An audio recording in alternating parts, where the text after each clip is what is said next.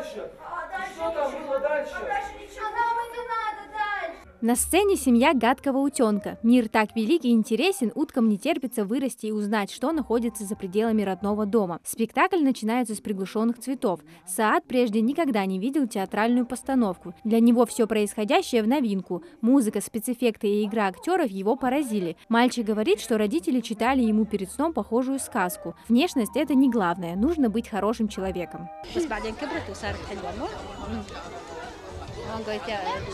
Я понял, говорит, что всегда, говорит, нужно быть веселым и всегда в настроении, несмотря на то, как ты выглядишь. Это, говорит, самое главное, что у тебя душа чистая и тебе всегда хорошо.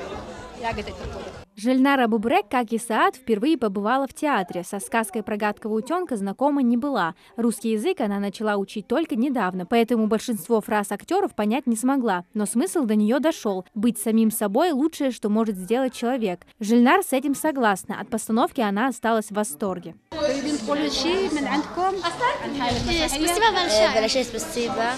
большое, что нам дали возможность повеселиться еще после спектакля. Нам очень понравилось. Магомед Тангиев готовился к своей роли еще с лета. Тогда он впервые познакомился с режиссером из Санкт-Петербурга Светланой Озерской. Вместе с другими коллегами изучали материал. Пробу он не проходил, его сразу утвердили на главную роль гадкого утенка. Этим распределением режиссер занимался лично. Она приехала, сразу сказала: вот ты, Магомед, будешь у нас утенком. Я вижу твою фактуру лица, ты хорошо подходишь, у тебя пластика, гимнастика, все на высшем уровне. Ну, хорошо сказала. Ну, я оправдал, скорее всего, ее надежды. Альтавир Самар пришла на спектакль вместе с дочками. Ее муж сейчас находится на территории Палестины. Семья по нему очень скучает, поэтому такие мероприятия для них как отдушина. Лишний повод забыть о горестях, встретиться с друзьями, отвлечься. Мама говорит, so he believed in his mother, so he became something. Она говорит, что ей больше всего ей понравилась роль гадкого утенка, потому что это здорово, когда ты можешь позволить себе отличаться и быть особенным, то есть не быть похожим на всех остальных. И ей понравилось то, что он так сильно доверял своей маме. Вот мама говорила, да? Мама говорила.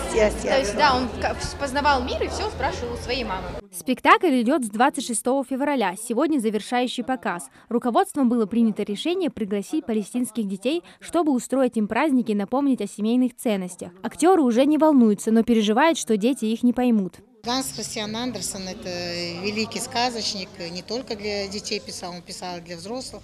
Поэтому сегодня именно этой сказке «Гадкому утенку» исполнилось 180 лет, а язык сцены, он понятен всем.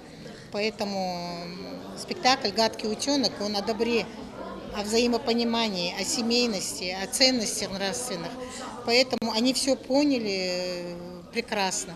Театр юного зрителя планирует новые спектакли, которые порадуют детей. К примеру, «Маугли» режиссер Лейла Хадзиева. Как и у «Гадкого утенка», возрастное ограничение постановки 12+, но советуют приходить всей семьей. В детских сказках много глубокого смысла, который разглядят лишь взрослые. Амина Зязикова, Сулейман Костоев, Магаз 24.